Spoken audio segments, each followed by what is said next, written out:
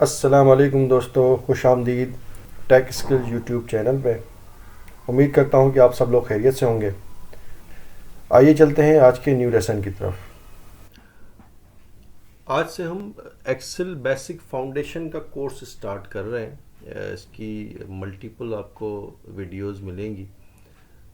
इसमें हम क्या क्या करेंगे, इसके हम थोड़ा सा एजेंडा देख लेते हैं कि हम इसमें क्या क्या कवर करेंगे। मेरी कोशिश होगी कि आपको मैं बेसिक इतनी चीज़ें बता दूं कि आपको ऑन अ डेली लाइफ, जो आपकी प्रोफेशनल लाइफ है, उसमें कोई दिक्कत महसूस ना हो और इसमें आपको इजीली चीज़ें परफॉर्म हो। मेरी कोशिश होगी कि मैं वही चीज़ें उठाऊं जो आपकी रेगुलर बेस पे यूज़ हो रही हों। क्या क्या पढ़ेंगे हम, एक्सेल इंट्रोडक्शन कर लेंगे कि इसमें एक्सेल बेसिकली है क्या, किस तरह काम करता है। सेल रेफरेंसिंग देख लेंगे, फॉर्मेट डेटा को किस तरह फॉर्मेट करेंगे। कुछ बेसिक फंक्शंस हम देख लेंगे जो हम डेली लाइफ में यूज़ करते हैं। कुछ हम टिप्स एंड ट्रिक्स देखेंगे, डिफरेंट सेल फॉर्मेट देखेंगे और उसकी हम कुछ ट्रिक्स कर लेंगे किस तरह से हम उसको परफॉर्म कर सकते हैं। सॉर्ट फंक्शन यूज़ करेंगे, कस्टम सॉर्ट यूज़ करेंगे। जब हमारा डेटा बिग डेटा होता है तो उसको हम किस तरह से थ्रू सॉर्टिंग और कस्टम सॉर्टिंग के हम उसको अलाइन कर सकते हैं, उसके अपने विजुलाइज अपने हिसाब से उसको अरेंज कर सकते हैं। क्रिएट टेबल हम क्रिएट करना सीखेंगे और उसमें हम टेबल के क्या फ़वाइद हैं, टेबल किस तरह से यूज़ होगी, ये हम देख लेंगे। वी लुकअप ऑब्वियसली आपको डेली लाइफ में बहुत ज़्यादा ज़रूरत पड़ती है। अगर आप एक्सेल पे काम कर रहे हैं तो वी लुकअप बहुत ज़्यादा एसेंशियल है एरे के हवाले से। पिवट टेबल देखेंगे, बेसिक्स। कुछ कस्टम फॉर्मेटिंग हम देखेंगे। तो ये हम कोशिश करेंगे कि इन चीज़ों को कवर करें। आइए चलते हैं, स्टार्ट करते हैं किस तरह से होगा। पहले तो ये है कि आपकी एक्सेल स्टार्ट कैसे होगी। तो सिंपल, वैसे तो नॉर्मली हमारे हर सिस्टम में जो है वो शॉर्टकट बने होते हैं। अगर नहीं है तो आप सर्च में जाके अगर एक्सेल भी लिखेंगे तो आपका एक्सेल का इस तरह से आइकॉन आ जाएगा, आप उसके थ्रू उसको ऑन कर सकते हैं। ये मेरे पास एक्सेल खुल गया।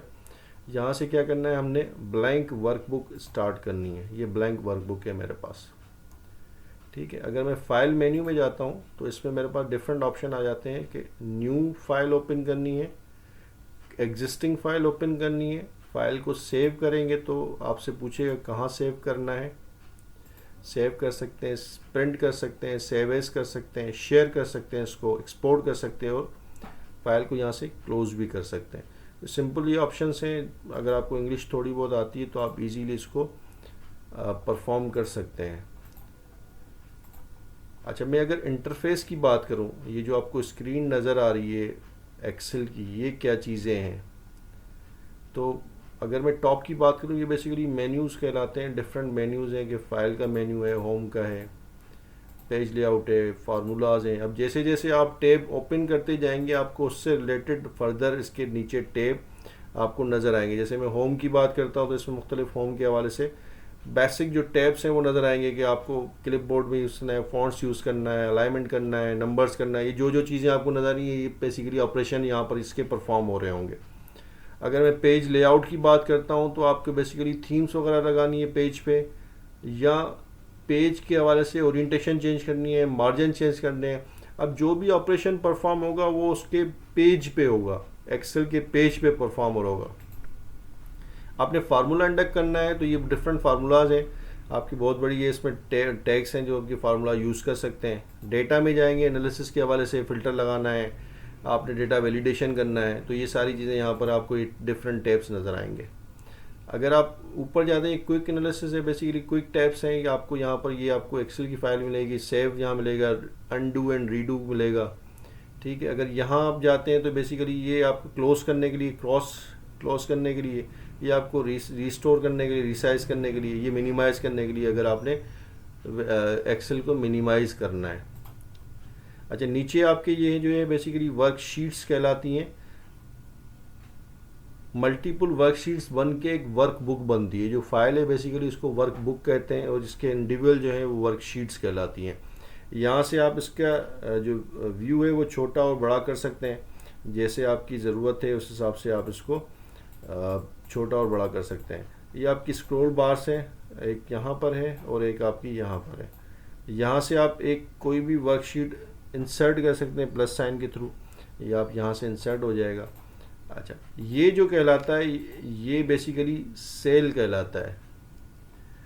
ये आपका कॉलम है, ये आपका रो है। This one is a row and this one is a column. यहाँ पर क्या होगा, यहाँ पर ये जो आपका बन रहा है ये बेसिकली सेल है। यहाँ पर इसकी सेल की वैल्यू है। ये जो लोकेशन है मेरी, जहाँ पर मैं लेट सपोज ए लिखता हूँ, ये ए जो है वो B3 में है। इसकी लोकेशन जो है वो, उसकी जो एड्रेस है वो B3 यहाँ पर नज़र आ रही होगी। ये बेसिकली मेरा फार्मूला बार है। यहाँ पर जो भी चीज़ मैं लिखूँगा वो चीज़ यहाँ पर भी नज़र आएगी। यहाँ फार्मूला लिख सकता हूँ, यहाँ पर वो भी सारी चीज़ें यहाँ पर आपकी नज़र आ रही होंगी। अच्छा, ये नेम है कॉलम का, ये रो का नाम 1 2 3 से स्टार्ट होता है। तो इसके थ्रू आप जो भी अगर कोई फॉर्मेशन करते हैं, फार्मूला लगाते हैं, तो बेसिकली सेल वैल्यू पे नहीं लगता बल्कि सेल रेफरेंस पे लगता है कि सेल रेफरेंस क्या है उसका। अगर वैल्यू पे लगाएंगे तो वो कांस्टेंट हो जाएगा, वो चेंजेबल नहीं होगा। सेल रेफरेंस पे लगाएंगे तो वो चेंज हो सकता है। तो छोटा सा ये इंट्रोडक्शन है एक्सेल के हवाले से। मज़ीद आगे बढ़ते हैं। हम सबसे पहले देख लेते हैं कि सेल रेफरेंसिंग क्या होती है। सेल रेफरेंसिंग, जैसे मैंने आपको बताया कि सेल की जो वैल्यू है उसको रेफरेंसिंग कहा जाता है। ये सेल जो वैल्यू है, नाम कह सकते हैं, रेफरेंस कह सकते हैं। कितने टाइप के सेल रेफरेंस होते हैं? एक रिलेटिव होता है जो नॉर्मली हम मतलब विदाउट किसी एडिंग के होता है, नॉर्मली आपको ऊपर नज़र आ रहा होगा यहाँ पर, ये सेल रिलेटिव है। एब्सोल्यूट क्या होता है? एब्सोल्यूट बेसिकली क्या होता है कि हम जहाँ पर सेल को लॉक कर देते हैं थ्रू $साइन। ये डायनेमिक नहीं होता, ये कांस्टेंट होता है। वहीं जब भी हम फार्मूला लगाते हैं, ऐसा फार्मूला जैसे परसेंटेज का साइन लगा रहे हैं, परसेंटेज का फार्मूला लगा रहे हैं, तो उसमें क्या होता है, हमारे पास जो टोटलिंग वाला, जहाँ पर टोटल वाला सेल है, उसको क्या हमने लॉक करना होता है, क्योंकि वो वैल्यू अगर चेंज हो गई तो हमें क्या होगा, रिजल्ट, अपने जो डिज़ायर रिजल्ट है वो नहीं आएंगे। मिक्स होता है, समटाइम हमें कॉलम लॉक करना पड़ता है, समटाइम हमें रो लॉक करनी पड़ती है, तो उसमें हमें मिक्स फंक्शंस में यूज़ होता है। अच्छा, 3D होता है। 3D बेसिकली हम जब किसी और शीट से कोई चीज़ कॉल करवा रहे होते हैं तो वो 3D कहलाता है, फंक्शन आर्गूमेंट होता है। स्ट्रक्चर्ड बेसिकली जहाँ हम टेबल्स यूज़ कर रहे होते हैं, वो टेबल नाम के थ्रू हम क्या होता है, स्ट्रक्चरल होता है। एक्सटर्नल क्या होता है, जब हम किसी और वर्कबुक से कोई चीज़ कॉल करवा रहे होते हैं तो वहाँ क्या होता है, एक्सटर्नल होता है। अभी मैं फिल वक्त आपको इन तीन का एक एग्जाम्पल करके दिखाता हूँ कि किस तरह से ये परफॉर्म होते हैं। मेरे पास एक कुछ वैल्यू है और इसका टोटल है। अगेन जैसे मैंने आपसे बात की थी, मुझे परसेंटेज निकालनी है। क्या करूँगा, H6 डिवाइडेड बाय हमारा वैल्यू हो जाएगी H17। ओके कर देता हूँ। मैं परसेंट साइन अभी नहीं दे रहा, मैं सिर्फ ब्रेक डाउन कर देता हूँ। अब आप देखें, यहाँ तो इसने वैल्यू सही दिखाई, आगे क्या हुआ अब देखें। H6 से H7 चला गया, इसी तरह H17 से H18 चला गया। जैसे जैसे मैं नीचे जाता जाऊँगा वैसे वैसे ये वैल्यू क्या होती जाएगी, ये नीचे है, क्योंकि ये लॉक नहीं है, इस वजह से ये एरर दिखा रहा है। अच्छा, यही चीज़ अगर मैं यहाँ लेके जाता हूँ, देखिए यहाँ अगेन ये एरर आ गया कि वैल्यू दोनों मूव हो गई। अच्छा, मैं अभी इसको एक्सक्लूड करके देखता हूँ। ये वैल्यू यहाँ आ गई, ये वैल्यू यहाँ आ गई। अच्छा, मैं अब इसको लॉक कर देता हूँ H2 को थ्रू F4। ये मैंने इसको लॉक कर दिया। अच्छा, अब मैं इसको नीचे ले जाता हूँ। अब देखें, अब हमारी वैल्यू क्या हो गई, हमारी वैल्यू जो हमारी डिजायर्ड वैल्यू थी वो हमारी वही आ रही, क्योंकि हमने H17 लॉक कर दिया है। अच्छा, अब मैं अगर इसको ड्रैग इस तरह से करता हूँ,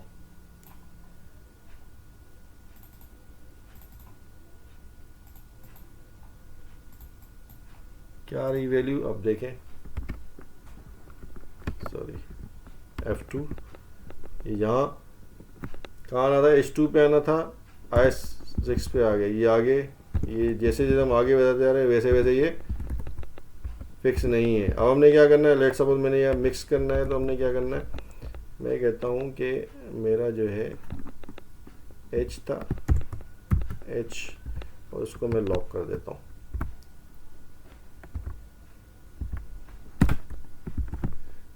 अब मैं अगर इसको यहाँ इस तरफ ड्रैग करके जाता हूँ तो क्या इम्पेक्ट आता है, अब देखिए सेम वैल्यू, क्यों? क्योंकि मैंने आपके कॉलम को लॉक कर दिया।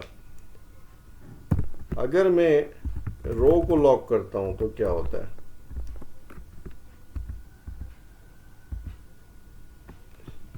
मैंने अब रो को लॉक कर दिया, अब मैं नीचे ड्रैग करता हूं, अब क्या हुआ? वैल्यू सब सेम हो गई। क्यों? क्योंकि मैंने रो को लॉक कर दिया है, ये नीचे जा रहा है लेकिन रो क्या हो रही है? वहीं रह रही है।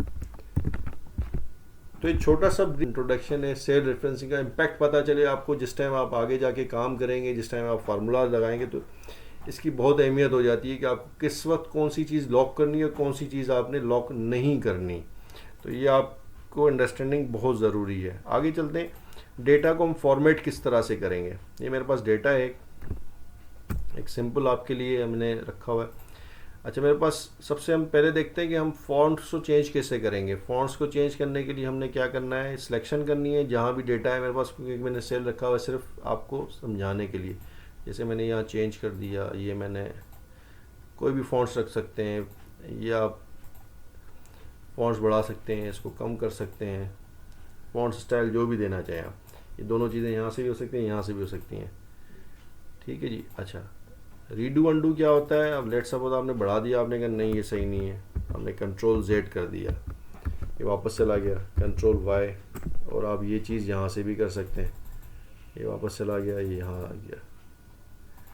सेल बॉर्डरिंग क्या होती है? बेसिकली हमने सिलेक्शन करनी है, इसके अंदर हमने बॉर्डरिंग करनी है, यहाँ यहीं जाएंगे। अब कौन सा बॉर्डर रखना है? लेट सपोज हमने ये बॉर्डर रखना है, आउटर जो है थिक होना चाहिए, ये आपने कोई भी यहाँ से बॉर्डरिंग सेलेक्ट कर सकते हैं, सिर्फ टॉप वाला बॉर्डर हो, नो बॉर्डर हो, वो भी रख सकते हैं, या आप डिफरेंट बॉर्डर यहाँ से इस फॉन्ट साइज से ही आप सेलेक्ट कर सकते हैं। अच्छा, फॉर्मेट पेंटर क्या होता है? बेसिकली आपको फॉर्म स्पेशल पेस्ट बेसिकली देते हैं। जैसे मैंने यहाँ पर एक फॉर्मेशन दे दी, लेट सपोज यहाँ मैंने फॉर्मेशन दे दी, अब मैं क्या करूँगा? फॉर्मेट पेंटर उठाऊँगा, इसको क्लिक करूँगा और यहाँ पर लाके सिर्फ मैं ऐसे कर दूँगा, सारी फॉर्मेशन खुद ही आ जाएगी, मैंने कुछ भी नहीं किया, वन क्लिक पे सारी फॉर्मेशन आ गई। अब लेट सपोज मुझे यहाँ पर ये वाला उठाना है, ये मैंने उठाया और मैंने इसको यहाँ कर दिया, देखिए सेम वही फॉन्ट्स आ गई और वही आपके जो फॉन्ट साइज है वो दोनों चीज़ें हो गई। अच्छा, merging cell and wrap up, अब ये क्या होता है? ये बड़ी मज़े की चीज़ है, क्योंकि समटाइम हम लिखते हैं तो ये आगे बढ़ जाता है। अब हम क्या करेंगे? हम क्लिक करेंगे इसको, या हम कंट्रोल 1 प्रेस करेंगे, आ जाएंगे नंबर में, सॉरी अलाइनमेंट में आएंगे। अच्छा, यहाँ पर एक तो रैप टेक्स्ट है, रैप टेक्स्ट क्या करेगा? बेसिकली इसको तोड़ देगा, उसी सेल में इसको तोड़ के दिखा देगा। मैं कहता हूँ नहीं, रैप टेक्स्ट नहीं होना चाहिए। कंट्रोल Z कर दिया मैंने, कंट्रोल 1 प्रेस किया, मैं कहता हूँ ये श्रिंक टू फिट हो जाए, मतलब जितना मेरा सेल है उस सेल में ये फिट हो जाए। ये देखें, मैं बड़ा सेल करूँगा इसकी साइज़ बढ़ जाएगा, हालांकि मैंने साइज़ कोई चेंज नहीं कर रहा। या मैं कहता हूँ श्रिंक फिट भी ना हो, मैं कहता हूँ मर्ज सेल हो जाए, दो सेलों में मर्ज हो के दिखा दे। ये आपकी रिक्वायरमेंट है, आप किस तरह से परफॉर्म करते हैं, किस तरह से करते हैं। एक और चीज़ है, मैं कहता हूँ मर्ज सेल भी नहीं होने चाहिए, मैं कहता हूँ यहाँ से ये जस्टिफाई हो जाए।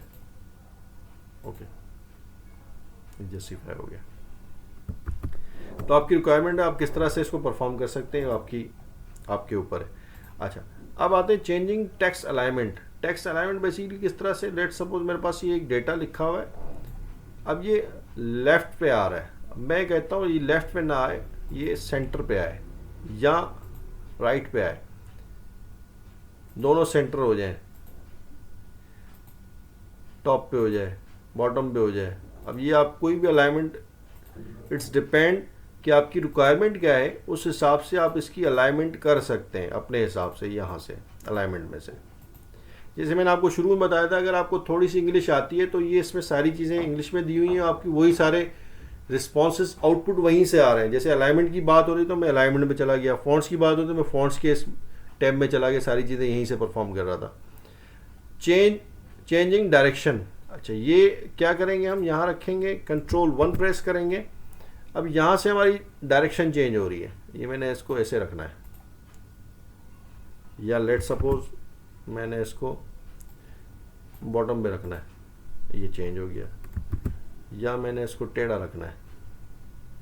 अब अगेन आपकी रिक्वायरमेंट क्या है, आपने किस तरह से रखना है, ये आपके ऊपर है, आप किस तरह से करें। मेरा काम है आपको बताना कि ये परफॉर्म हो सकता है, ये चीज़ें हैं। आगे चलते हैं, फॉर्मेट डेट।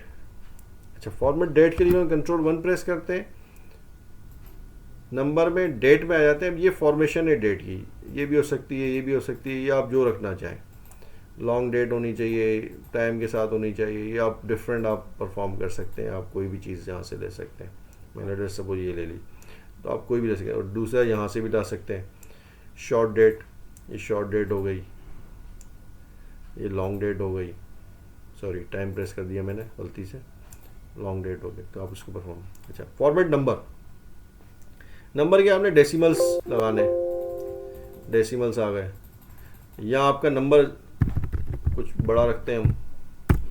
अब इसमें सेपरेटर लगाना है, कॉलम लगाना है, ये आपको कॉलम आ गया। उसके बाद इसका 1000 साइन जो होता है, आपने सेमी कॉलन बढ़ाना है, सेमी कॉलन कम करना है, ये आपके ऊपर है, आपकी रिक्वायरमेंट क्या है, रिक्वायरमेंट के हिसाब से।